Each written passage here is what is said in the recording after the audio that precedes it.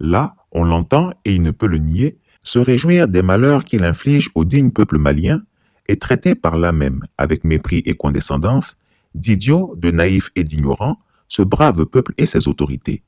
Cela avec la bienveillante complicité de l'infâme Boubou Cissé, éphémère premier ministre d'Ibeka. Ce deuxième enregistrement audio est venu comme un coup de massue assommer l'homme des basses besognes de la France en Afrique de l'Ouest.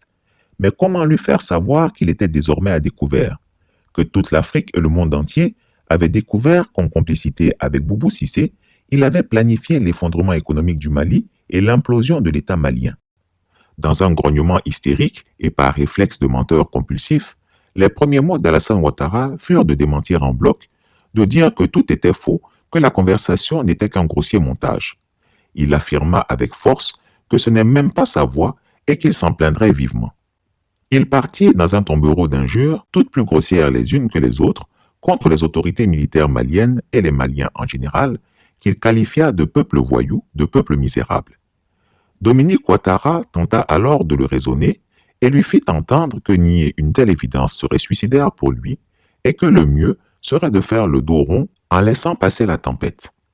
Alassane Ouattara passa de la phase d'hystérie à une phase où il se sentit profondément humilié jusqu'à l'os. Il ne comprenait pas qu'en moins d'un mois, 2 audios de lui fuitent vers l'espace public.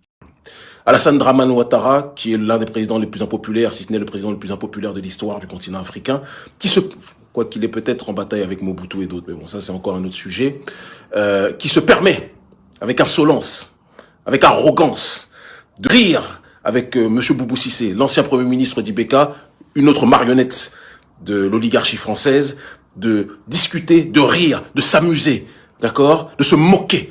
Je vois que vous êtes 3000, c'est petit, vous pouvez encore faire, mais on continue sur ce terrain-là, qui se permettent donc les deux de se moquer de la souffrance du peuple malien, qui se permettent les deux de se moquer des sanctions qui touchent la population malienne, et in extenso, puisque le Mali est le cœur du continent africain, qui se permettent de se moquer de la résistance africaine face à l'arrogance de l'oligarchie occidentale.